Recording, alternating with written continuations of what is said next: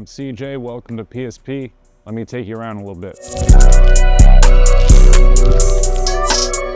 Our waiting area here, new athletes getting ready for a consultation or a meeting with me or our staff. This is our waiting area.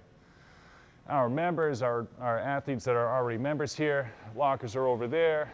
Once they come in, they put their stuff away, they get ready. We're getting on the turf. The turf is where we're gonna hit our warm-up, our mobility work, our prep work, and this is where we're gonna hit our high-intent speed work. So sprints, loaded sprints, our plyometric movements, our static overcoming dynamic, jump movements, any sort of ground-based work we're hitting here on the turf.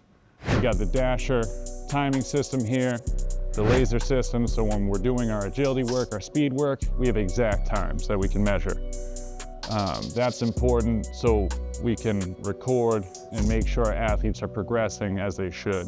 Once our athletes are done with the turf, they're done with their speed agility work, we're getting into our main lifts over here, right? So we have our deadlift platforms, that's where we're doing our pull variations, and then we have our racks here. We set them up as half racks, so on the front side, we're hitting our press variations, our bench press, pin press, Swiss bar, whatever it might be on that day. And on the back side, we're hitting our squat movements, free squats, box squats, some sort of lower body main movement. After the turf, and we're getting into our mains, this is where we're hitting our high intent strength work.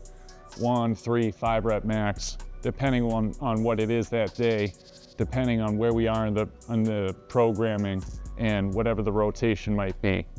After our athletes are done with their main lifts and their speed and jump work, we're getting to the perimeter of the gym, our dumbbell pit, and our specialized equipment. So we go speed and power work into our strength work, and this is where we're gonna hit our individualized training for our athletes with specific weaknesses or imbalances or different types of single joint work that they need to work on individually, whether it be pitchers and throwing athletes doing rotator cuff work or elbow work, or if it's a football athlete training upper back and neck to prevent concussions. We have our dumbbell pit, dumbbells going up to hundreds. We have adjustable dumbbells for our big boys that can handle weight over 100, our incline benches. Over here, we got our med ball and our plyo ball wall. That's where we're doing our med ball work and our pitchers and throwing athletes doing their plyo ball work. Over here, this is a cool piece of equipment. These are our belt squats. They're great for a number of things, but what they're really, really impressive for is our athletes with upper limb injuries and low back injuries. We can still train lower body really heavy using the belt squat. Along this wall, we got some more posterior chain developers. We got our 45-degree back extension, glute ham raise, and then we have our inverse curls here. This thing is the best hamstring developer there is. You see athletes doing Nordic hamstring curls. The issue with those, you can't measure them, you can't regress or progress them. And if you can't measure them, then you can't really overload. So with the inverse curl, the more weight that's on the carriage, the more assistance we're getting, and we can hit different variations because of that. We can go really, really heavy, low rep. We can go lighter, high rep. We can go 1 foot, 2 foot, hit pauses. We can play with the foot plate here and manipulate that to bias the calf or the hamstring a little more.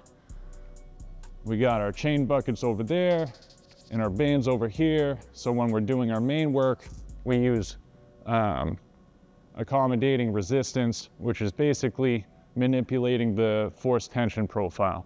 So what that does is makes the easiest portion of a press, a pull, or a squat, it makes it heavier, right? So that's gonna improve rate of force development, how fast we can produce maximal force. Over here, we have some more posterior chain machines. We have our hack squat and our leg press combo. This thing's great for hack squat. We're training deep knee flexion to make sure our knees are really strong and we can keep them really healthy. And then we have 3 reverse hypers here. These 2 are reverse hyper glute ham combos. We'll use these as traditional reverse hypers, but as you can see, we have bands and ankle, wrist cuffs on here.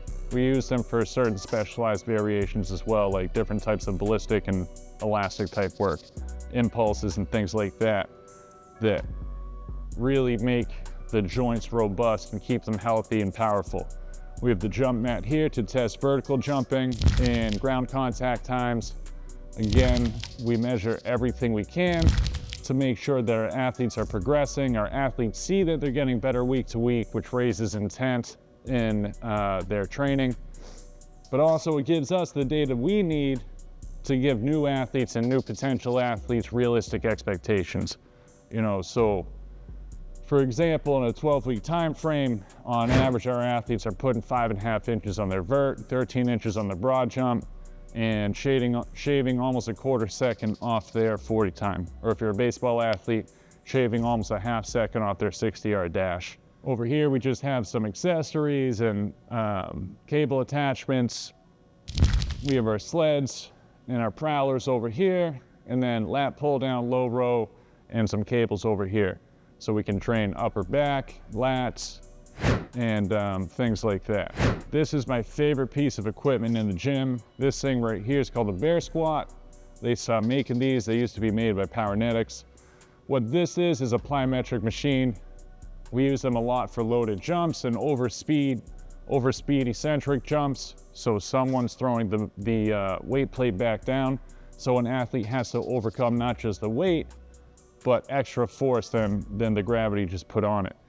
What's great about this machine is now we can use impulse ballistic type throws. So an athlete gets in here and we're able to throw this machine here. So an athlete has to catch it, absorb the force, and redirect it really fast. So just like plyometrics make the foot, ankle, knee, hip really strong and powerful, things like this and upper body ground-based plyometrics do the same for the hand, wrist, elbow, and shoulder. So we make sure not only the upper body's really powerful, but it's really durable as well. So it helps keep you healthy. Finally, over here, we got our leaderboard. So we test our baseline numbers quarterly, and it's an exciting week for the athletes. They come in here, piss and vinegar, and they're trying to get their name up on the board and knock somebody off the board. So if an athlete hits a new record, they get to erase someone else's name and put their number up on here. It's pretty cool. It's fun for the athletes, but it's also a way to drive competition and raise the intent of training. All right, thanks for coming by.